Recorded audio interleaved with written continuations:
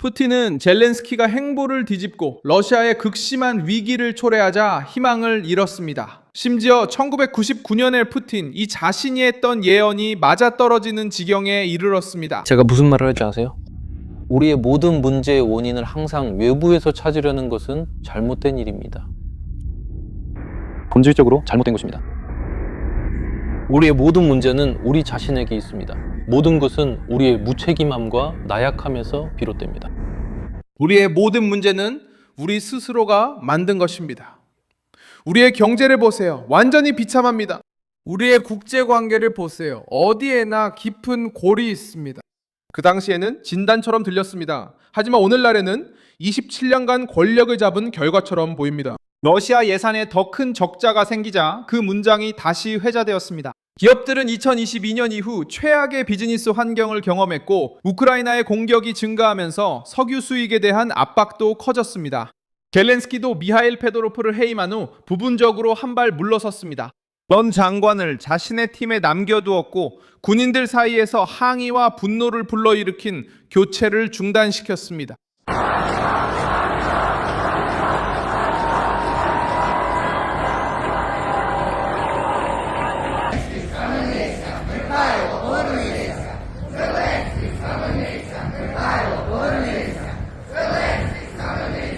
동시에 우크라이나는 러시아의 그림자 선단을 타격했고 무장 로봇과 드론을 전선에서 함께 작동하도록 배치했습니다. 그리고 미국과의 가스 협정을 진전시켜 모스크바에 대한 의존도를 더욱 줄이기로 했습니다. 블라디미르 푸틴은 강한 러시아를 재건하겠다고 약속했습니다.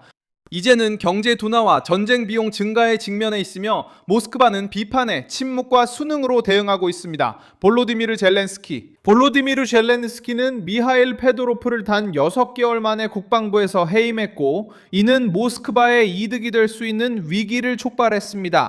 페도로프는 드론 현대화, 군 디지털화, 그리고 국방 구매 변화에 핵심적으로 관여한 주요 인물 중 한 명이었습니다. 이 결정은 키이우와 다른 도시들에서 항의를 불러일으켰고 의회에서 저항을 촉발했으며 러시아에 손실을 입히고 있던 분야에 타격을 주었습니다. 1000명이 넘는 사람들이 모였습니다. 대통령 집무실 앞에서 이오르 클리멘코의 이름이 국방장관직을 맡기에 충분한 지지를 얻지 못하는 가운데 젤렌스키는 어조를 바꿨습니다. 대통령은 단합을 원한다고 말했고 이번 위기에 대한 자신의 책임을 인정했으며 페도로프가 아직 역할이 정해지지 않았지만 계속 팀에 남을 것이라고 밝혔습니다. 페도로프는 그 순간 보좌관으로 일하라는 제안을 거절했지만 그의 퇴진은 이미 정부가 계획한 단순한 경로를 따르지 않았습니다. 교체가 지연됐고 압박은 커졌습니다. 젤렌스키는 페도로프에게 장관직을 돌려주지 않았습니다. 그러나 위기가 국방에 영향을 미치기 전에 결정을 재조정해야 했습니다. 바로 그때 그는 조치를 뒤집었습니다. 전진했다가 저항에 부딪혀 부분적으로 후퇴했습니다. 전쟁 중 이런 위기 상황에서는 대통령의 입지가 어떤 식으로든 약화되어서는 안 됩니다. 저는 이 말을 진심으로 드립니다. 저는 정말로 단합을 원합니다. 각 당사자들은 단합을 이루지 못했습니다. 이 문제는 각 당사자들과 저만의 문제가 아닙니다. 즉 저는 제 책임을 회피하는 것이 아닙니다. 제가 말씀드렸듯이 저는 각 당사자를 존중하고 강점과 약점을 알고 있습니다. 그들이 우크라이나를 강화하길 바라지만 하지만 현실은 현실입니다. 그리고 이런 상황에서는 여러분에게 선택지가 있습니다. 한쪽이든 다른 쪽이든 선택해야 합니다. 왜냐하면 저 없이는 그들이 함께 앉지 않기 때문입니다. 공군 부사령관 파블로 옐리자로프도 사임을 제출했고 페도로프의 퇴진이 우크라이나의 방위 능력을 약화시킨다고 밝혔습니다. 젤렌스키는 자신이 의회 분쟁만 상대하는 것이 아님을 깨달았습니다. 기술자들과 지휘관들은 병력 차이를 보완하기 위해 사용했던 혁신의 속도를 잃을까 두려워했습니다. 푸틴은 키이우를 약화시킬 준비가 된 듯한 두녀를 지켜보고 있었습니다. 하지만 그 압박은 침묵이 아니라 시정을 이끌어냈습니다. 이러한 대조는 넥스타가 공개한 거리 영상에서도 나타났습니다. 그 영상에서 러시아인들은 전쟁 중 정부 비판에 대해 질문을 받았습니다. 몇몇 사람들은 참고 받아들이며 책임자들을 신뢰하는 편이 낫다고 했고 한 젊은 여성은 자신의 의견이 있지만 다수에 따르는 게 낫다고 했습니다. 하지만 이는 다른 의견이 위험한 환경임을 보여줍니다.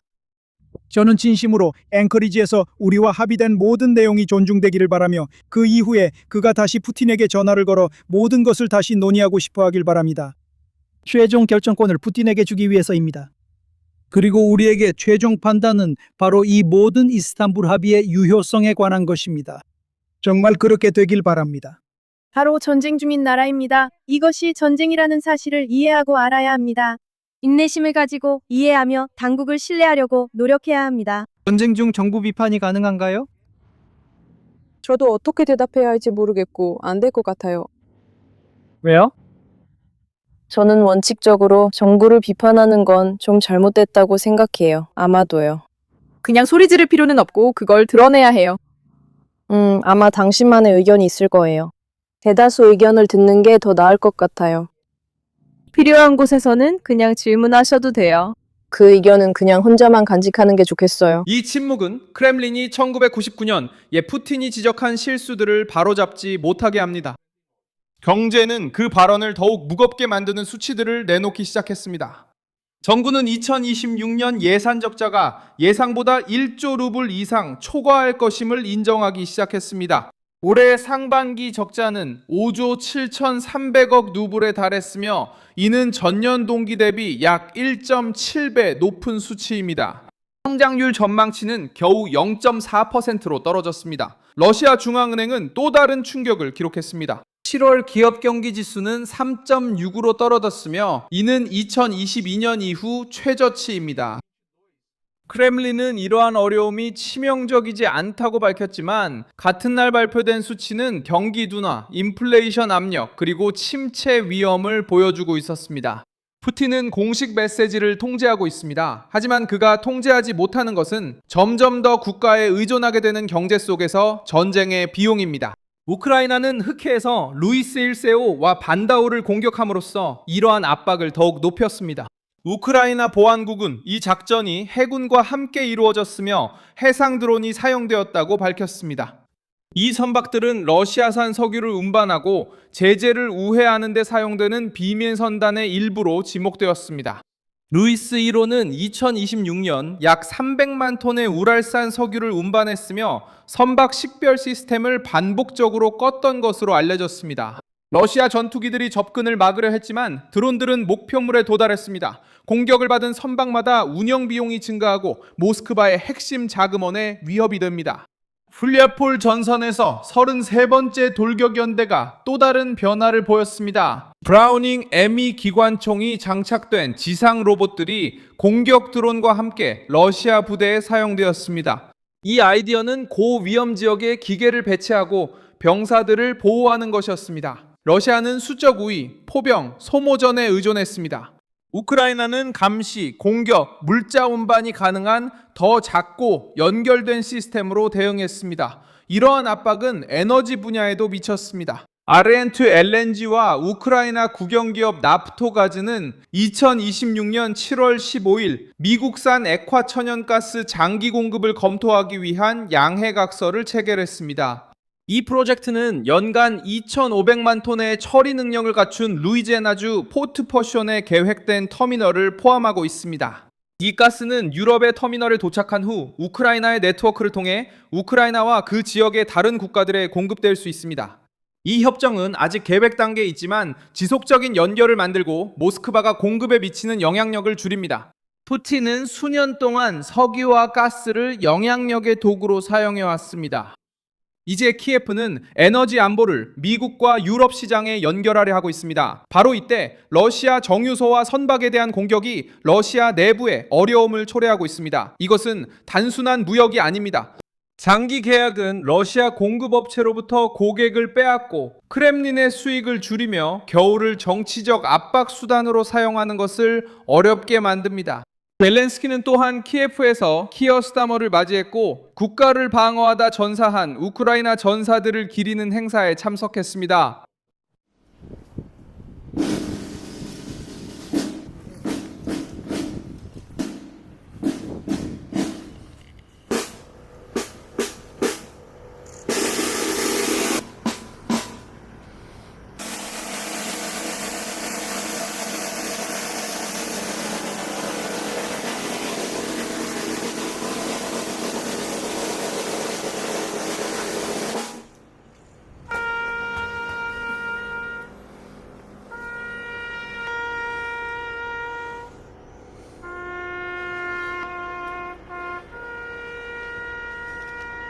영국 총리는 지원의 지속을 재확인했고 그리펜 전투기와 관련된 새로운 지원 자원을 발표했습니다. 이번 방문은 정치적 혼란이 런던과의 관계를 끊지 않았음을 보여주었습니다. 푸틴이 우크라이나가 버려질 것이라는 생각을 퍼뜨리려 하는 동안 키이우는 수도의 동맹국들을 계속 머물게 하고 방위 협정을 체결하며 미국과의 에너지 연결을 확대하고 있습니다. 바로 여기서 1990년의 푸틴이 2026년의 푸틴에 맞서는 가장 강력한 증인으로 등장합니다. 그는 러시아의 문제들이 러시아 내부에서 만들어진 것이라고 말했습니다. 오늘날 크렘린이 선택한 전쟁으로 인해 적자가 커지고 있습니다. 복제 관계는 침공으로 인해 파괴되었습니다. 석유는 그림자 선단을 통해 유통되어야 하고 국민들은 아무런 이의제기 없이 권력을 받아들이도록 내몰리고 있습니다. 드론들은 계속해서 러시아 석유를 향해 진격하고 있습니다. 로봇들이 전장에 투입되고 있습니다. 새로운 계약들로 에너지 의존도가 줄어들고 크렘린의 예산은 더 이상 비용을 숨길 여유가 없어지고 있습니다. 1999년에 그 문장은 낡지 않았습니다. 단지 책임자의 이름이 붙었을 뿐입니다. 끝까지 이 영상을 시청해 주셔서 정말 감사합니다. 우리 프로젝트를 후원해 주시고 화면에 표시되는 픽스키를 통해 재정적으로 기여해 주세요. 저희는 독립 채널로 진실한 정보 전달에 집중합니다. 여러분의 후원이 저희 활동에 큰 힘이 됩니다.